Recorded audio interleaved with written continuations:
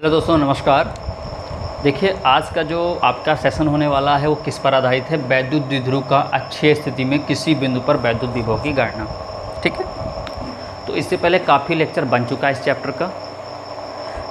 तो आपसे उम्मीद ये है कि आप उस लेक्चर को अवश्य देखोगे, क्योंकि बिना उस लेक्चर को देखे आपको कतई ही वाला लेक्चर समझ में नहीं आएगा। और पहली बात, जब हम लोग पहला चैप्टर पढ़ रहे थे तो उसके अंतर्गत आपको ये बताया गया था कि एक अक्षीय स्थिति होती थी, एक निरक्षीय स्थिति होती थी। Am right? तो अक्षीय स्थिति और निरक्षीय स्थिति मैंने कहा था इसको अच्छे से पढ़ो, क्योंकि यही तरह सेम प्रोसेस किस में करना पड़ेगा जब हम लोग वैद्युत विभव वाला चैप्टर पढ़ेंगे। तब केवल वहाँ पर वैद्युत क्षेत्र की तीव्रता यानी वैद्युत क्षेत्र ई की बात करता था। यहाँ पर किसकी बात करेगा? यहाँ पर वी की बात करेगा। ठीक है, तो चलते हैं, स्टार्ट करते हैं। इम्पॉर्टेंट है। तो कल वाले लेक्चर में हम लोग क्या पढ़े थे? हम लोग पढ़े थे किसी बिंदु के कारण उस पर जो आवेशित होता है उस पर वैद्युत विभव का मान कितना होता है। तो हम लोग देखे थे V बराबर क्या था? के मतलब क्या? 1/4 पाई F0 और Q/R, यही देखे थे वोल्ट। क्या यही देखा था? बिल्कुल यही देखा था। तो इसी के माध्यम से सब भी लगेगा। तो क्या देखो, चित्र अच्छे से समझो। चित्र एकदम पहले चैप्टर वैद्युत क्षेत्र तथा आवेश में जो देखा था अच्छे से उसी तरह आधारित है। क्या है? दो बिंदु आवेश हैं। ठीक है, दो बिंदु आवेश हैं, एक -Q है, एक +Q है। ठीक है, दो बिंदु आवेश हैं, एक -Q एक +Q। ठीक है, तो कह रहा है अक्षीय। अक्षीय मतलब होता है ऐसे थोड़ा बढ़ा दे, ये होता है अक्ष। मतलब जो ये देखो जैसे मार्कर है ना, तो ये इसके इधर इधर ये अक्ष कहलाता है। निरक्षीय क्या होता है? जो ऐसे ऊर्ध्वाधर होता है उसको निरक्ष बोलते हैं। अब यहीं कहीं पर हम लोग क्या मान लेते हैं? एक बिंदु मान लेते हैं जिसका नाम रख देते हैं P। क्या रख देते हैं? P। इसी बिंदु P पर क्या ज्ञात करना है? वैद्युत विभव का निर्धारण करना है, गणना करनी है।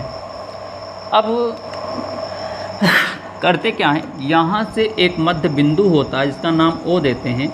अब मध्य बिंदु O से R दूरी पर, कितनी दूरी पर?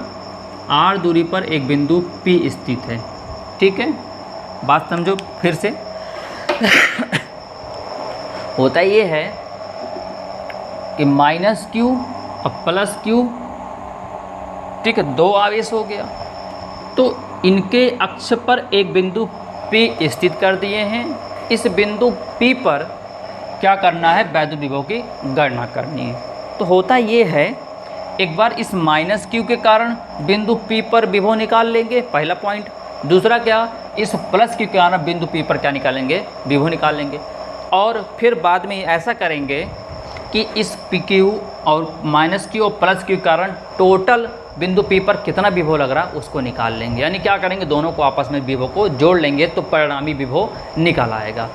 अब हम लोग जानते हैं कि द्विध्रुव, ये द्विध्रुव हो, -Q +Q द्विध्रुव होता है। हम जानते हैं कि द्विध्रुव की जो लंबाई होती है वो कितनी होती है? वो होती है 2L। कितनी होती है? 2L होती है। लेकिन अगर इसका मैं आधा कर दूं, बीच में मध्य बिंदु O कर दूं, इनका आधा कर दूं, तो 2L में से ये हो जाएगी L और ये भी हो जाएगी L। ऐसे यहाँ भी ये -Q +Q क्या था? द्विध्रुव था।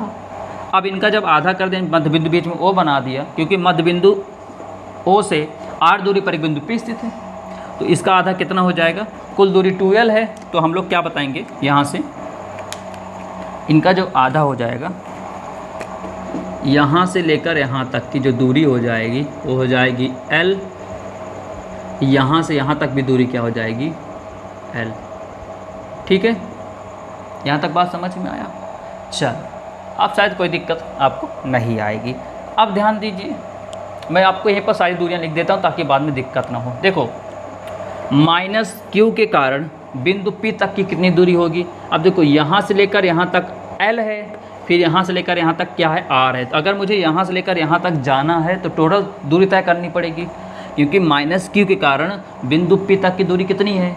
तो मुझे यहाँ से चलना पड़ेगा, यहाँ तक पहुँचना पड़ेगा। तो मैं पहले यहाँ से लेकर यहाँ तक चलूँगा, मध्य बिंदु यानी एल तक चलूँगा, फिर एल के बाद यहाँ तक चलूँगा आर। तो यहाँ से लेकर यहाँ तक की जो दूरी होगी वो कितनी हो जाएगी, यानी माइनस क्यू से आर तक की जो दूरी कितनी हो जाएगी, ये आर और प्लस एल, ये हो गई। यहाँ तक बात समझ में आया?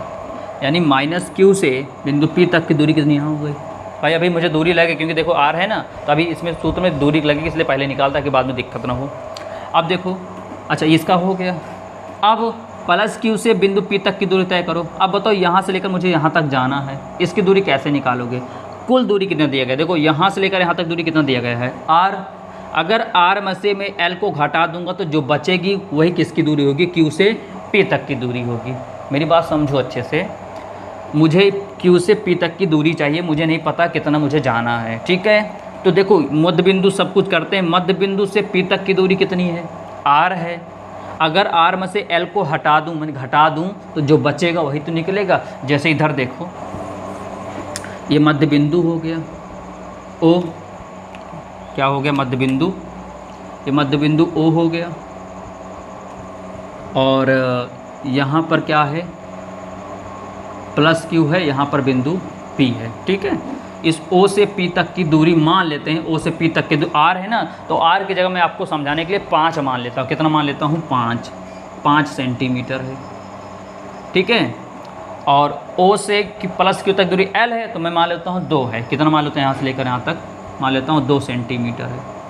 अब बताओ मुझे इसकी लंबाई कैसे निकालोगे, इसकी दूरी कैसे निकालोगे? तो आप कहोगे सर 5 में से अगर मैं 2 को घटा दूं, 2 को हटा दूं, लो हटा दिया, तो जो बचेगा वही तो क्यू से पी तक की दूरी निकलेगी। तो 5 में से घटा दो, 5 में कितना घटा दोगे, 2, तो कितना आएगा 3, यहाँ से लेकर यहाँ तक कितना आ जाएगा 3 सेंटीमीटर।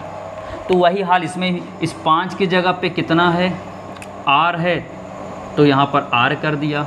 इस 2 की जगह पे एल है, तो यहाँ पर एल कर दिया। तो ये तो घटेगा है नहीं कि कुछ 3 लिख दूंगा, तो हटा दिया, तो यहाँ पर ये है, इसकी लंबाई कितनी आ जाएगी, R minus L. Concept clear हो गया? तो लिख देते हैं यहाँ से लिख देते हैं ऐसे, ये यहाँ से लेकर यहाँ तक कितना है, आर माइनस एल। चलो यहाँ तक आपका कॉन्सेप्ट क्लियर हो गया, ठीक है।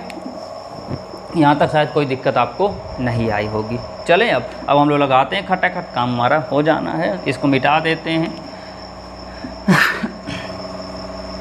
अब देखो लिखते हैं, देखो भाषा कैसे लिखोगे मैं बोल देता हूँ, एक बार सुन लो अच्छे से, ठीक है। लिखवाऊंगा तो टाइम लगेगा।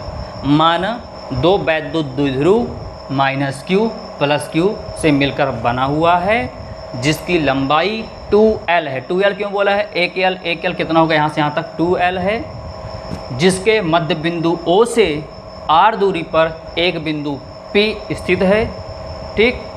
तो बिंदु P पर वैद्युत विभव का निर्धारण करना है। सेम पूरे चैप्टर 1 में अच्छे से तरह लैंग्वेज है, सिर्फ वहाँ पर किसका निर्धारण करना रहता है, बिंदु P पर वैद्युत क्षेत्र की तीव्रता का निर्धारण, यहाँ पर वैद्युत विभव निर्धारण। अब लिखते हैं किसके, एक बार माइनस क्यू कारण बिंदु P पर कितना विभव निकाला उसको निकालते हैं, फिर एक बार प्लस क्यू कारण इसको निकालते, फिर दोनों का आपस में जोड़ देते हैं। तो लिखते हैं यहाँ पर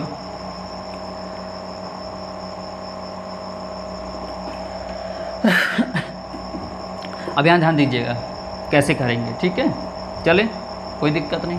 यहाँ पर लिखते हैं किसके कारण है, यहाँ पर पहले हम लोग प्लस क्यू का निकाल लेते हैं, ऐसा लिखते हैं ना, प्लस क्यू के कारण बिंदु P पर वैद्युत विभव।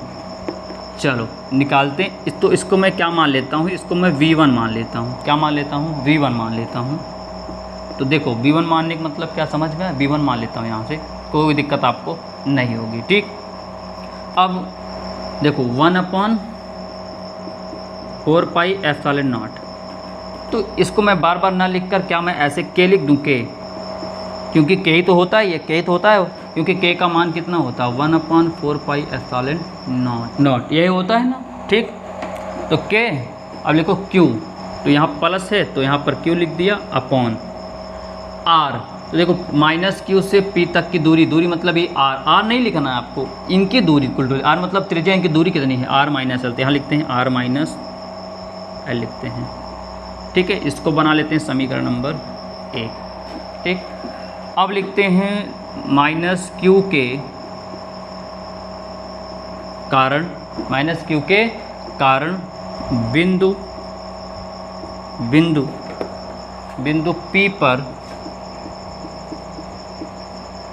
वैद्युत विभव, तो यहाँ पर V2 लिख देते हैं, यहाँ पर K है। अब देखो यहाँ पर Q है, यहाँ पर देखो Q है, लेकिन यहाँ पर माइनस है, तो इसलिए यहाँ पर लिखते हैं माइनस Q अपॉन, और देखो माइनस Q से P तक दूरी कितनी है R प्लस L, समीकरण नंबर।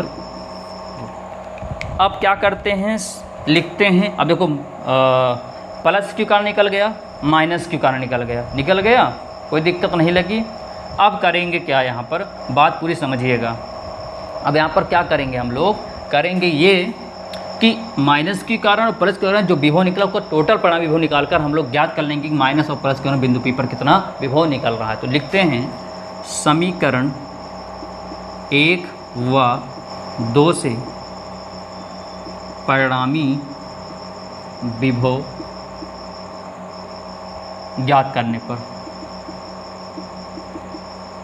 तो लिखते हैं V बराबर, यहाँ पर V1 प्लस V2, तो V बराबर V1 कितना है बोलो KQ upon R minus L, फिर प्लस V2 कितना है K माइनस Q और R प्लस L।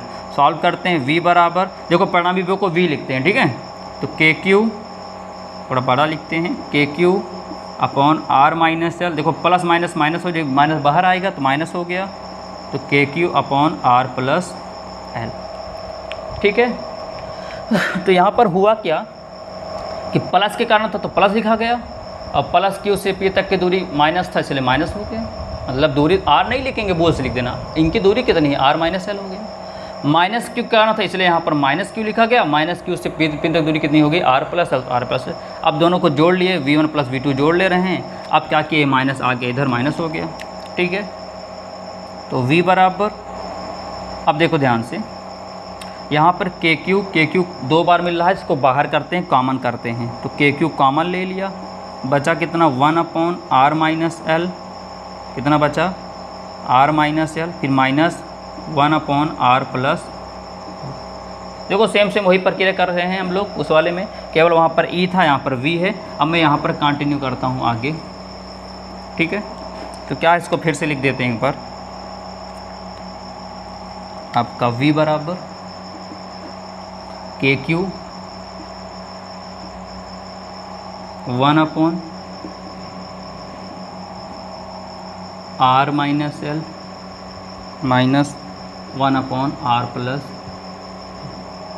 अब चलिए सॉल्व करते हैं इसको, तो V बराबर KQ, आप K की जगह पे 1/4π भी लेकर चल सकते हैं। ठीक है, कोई दिक्कत वाली बात नहीं कि गलत, कुछ भी नहीं, एकदम सही है, क्योंकि चाहे ये लिखो चाहे लिखो, ठीक, आपकी इच्छा है।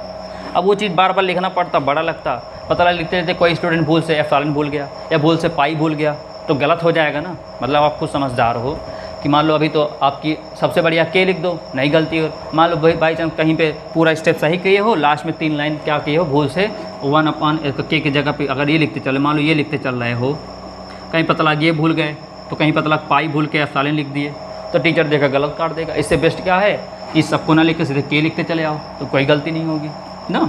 चलो अब देखो इनका एलसीएम ले लेते हैं, तो एलसीएम लेंगे तो एक ब्रेकर में R माइनस L, एक ब्रेकर में R plus L, cross multiply करा दो तो ये हो जाएगा R प्लस L माइनस। अब थोड़ा ध्यान देना, ये माइनस है तो कुछ स्टूडेंट क्या करते हैं डायरेक्ट लिख देते हैं, क्या R माइनस है डायरेक्ट लिख देते हैं, तो फिर तुरंत गलत हो जाएगा, आएगा नहीं। क्या करेंगे, देखो इनका एलसीएम ये लिखा, इनका एलसीएम से मतलब लासा लिया गया, इनको क्रॉस मल्टीप्लाई इससे कराए ये आया, अब माइनस है तो ये जो चीज़ लिखेंगे इसको ब्रैकेट में लिखेंगे इसको। अब आप को कहोगे ब्रैकेट में क्यों लिखते हैं भाई, आप लोग क्लास 12 पहुंच गए, अब इतना नहीं जानो तो फिर क्या है मतलब पढ़ने का, क्यों, क्योंकि ब्रैकेट के अगर यहाँ पर कहीं माइनस है तो जब कोई भी चीज़ लिखते हैं तो उसको ब्रैकेट में लिखते हैं ताकि बाद में जब ब्रैकेट ओपन करें तो इनका जो निशान है चिन्ह है वो बदल जाता है, ठीक, इसलिए। तो V बराबर K Q R plus L, bracket open करो, माइनस आर, माइनस में क्या बन जाएगा प्लस एल अपॉन, देखो A minus B A plus B, देखो ए यहाँ पर R R L L minus plus, तो आपको दिख रहा होगा A minus B A plus B किसका फॉर्मूला होता है ए स्क्वायर माइनस, यहाँ पर लिख दे आर का स्क्वायर माइनस एल का स्क्वायर, तो आर से आर कैंसिल हो गया, वी बराबर के क्यू एक एल कितना आया 2l अपॉन कितना है R square minus L square. तो देखो यहाँ पर देखो ये जो r की तुलना में l का मान बहुत छोटा है, r की तुलना में l का मान क्या है बहुत छोटा है। जब भी कभी भी r का मान देखो इसका मतलब होता है बहुत छोटा, किसका, चूँकि r का मान देखो इज ग्रेटर देन इतना ज़्यादा मुंह खोल दिया गया है कि मुंह फट जाएगा, इसका बात समझ में, इसका मतलब r बहुत बड़ा हो गया किसके तुलना में l के तुलना में, ठीक है ना, मतलब l का मान छोटा हो गया किसके r की तुलना में, यानी r का मान बड़ा है, बात समझ में। जब r का मान बड़ा है आप देख सकते हो r की मान लंबाई में हर चीज़ क्या है l से बड़ा है, उस केस में इस एल स्क्वायर को क्या करते हैं यहाँ से नगड़ मान लेते हैं, क्या मानते हैं एल स्क्वायर को क्या मान लेते हैं नगड़, नगड़ मतलब उसकी गिनती नहीं करते उसको हटा देते हैं, बात समझ में आया। जैसे आपके पास करोड़ रुपए हैं, कितने रुपए हैं करोड़ रुपए हैं, और कहीं पर एक सिक्का पड़ा है 1 रुपए का, तो आप उसको उठाओगे नहीं, सही है कि नहीं सही है बताओ। जैसे अभी पहले बचपन था तो कहीं 1-2 रुपये गिरा पाए थे या रहता था तो उठा लेते थे तुरंत, लेकिन जब आप करोड़ों के मालिक बन जाओ, बात समझ में आ रहा, आप बहुत बड़े करोड़पति अरबपति बन जाओ, तो कहीं 1 रुपया शायद गिरा हो क्या हो या कहीं रखा हो आपके घर के पास में, तो उसको आप लोगे नहीं। ऐसे यहाँ भी है कि आर बहुत बड़ा है किसके तुलना में एल के तुलना में, तो एल बेचारे को क्या मान लेते हैं हम लोग नगड़ मान लेते हैं। तो क्या करें नगड़ में, देखो क्या होता है, देखो v बराबर के, इस क्यू को अंदर मल्टीप्लाई करा दो तो हो जाएगा 2, ये हो जाएगा q, ये हो जाएगा l, तो यहाँ पर हो जाएगा आर स्क्वायर। नगड़ मतलब इसको हटा देते हैं, इसको जीरो मान, इसको हटा देंगे, जब हटा देंगे तो केवल क्या बचेगा आर स्क्वायर बचेगा, ठीक है। तो v बराबर ये बताओ q को जब अंदर मल्टीप्लाई, तो कुछ दिखा 2ql, कुछ दिखा 2ql, क्या दिखा बोलो, क्या दिखा, आप जानते हो p बराबर होता है 2ql, पढ़ा है, पढ़ा इस चैप्टर में पढ़ाया गया था इससे पहले वाले में, इससे पहले पढ़ा ना p बराबर 2ql होता है, तो क्या हुआ यहाँ पर p बराबर 2ql, जहाँ पर 2ql होता है वहाँ क्या लिख देते हैं p लिख देते हैं, दुधरू आघूड़, वैसे दुधरू आघूड़, बात समझ आया ना, वैसे दुधरू आघूड़ 2ql, और इसके जगह क्या लिख देंगे p, और नीचे क्या चल रहा है आर स्क्वायर,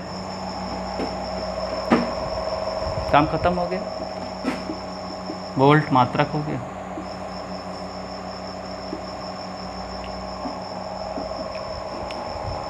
तो अब बताओ कहीं पर समस्या आई, ये निकला क्या v बराबर p अपान आर स्क्वायर, ये निकला क्या आपका वैद्युत विभव। तो आप देख सकते हैं बिल्कुल सिंपल सा बताया गया, कहीं पर मतलब फंसने वाली प्रॉब्लम ही नहीं आएगी सर ऐसे, क्योंकि आपको सभी कॉन्सेप्ट क्लियर कर दिया है।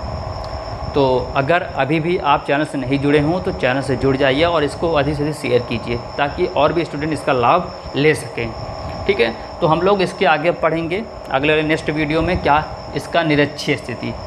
तो जिनके लिए फिर से कहते हैं, जिनके लिए पहला लेक्चर होगा उनसे रिक्वेस्ट है कि वो इससे पहले हमारे चैनल के प्लेलिस्ट में जाकर इसमें जितना भी लेक्चर बना हुआ है इस चैप्टर का उसको पढ़ लें, ताकि वहाँ समझ में आएगा तब आगे समझ में आएगा, वरना समझ में आने वाला नहीं। तो कल मुलाकात करेंगे, इसके आगे लेक्चर लेकर आएंगे, तब तक के लिए नमस्कार।